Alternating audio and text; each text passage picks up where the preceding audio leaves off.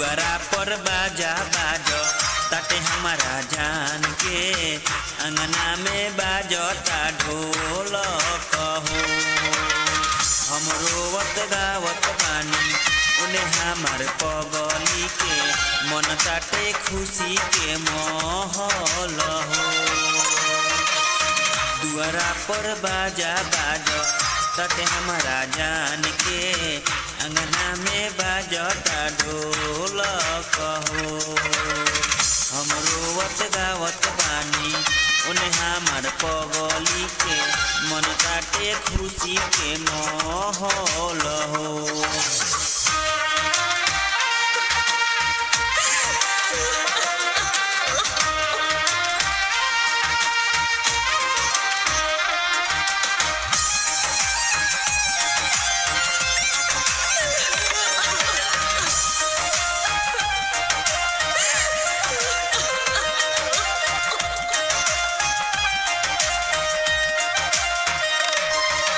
धारावा के लोगवा हो बाटे निरदैया खींची के बैठावता ते बिचरे मरैया।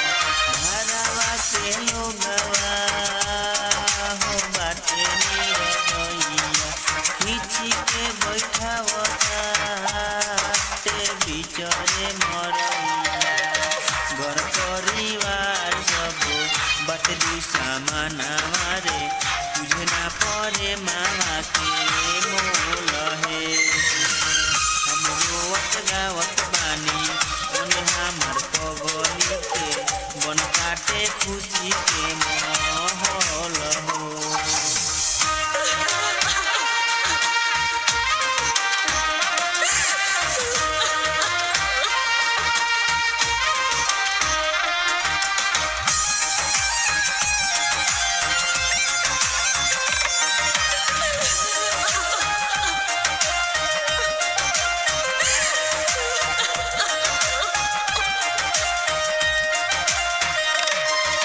लागता की दे दी हम अपन पराना जान के हो डोलिया ले जात बा कहाँ।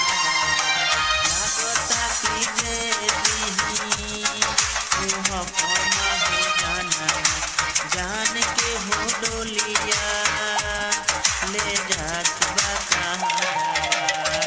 दिन पवन के बिना जिंदगी अधूरा जाना हो जाई तोहार हो। हम रोवत गावत बानी उन्हें हमार पगली के मन काटे खुशी के माहौल रे।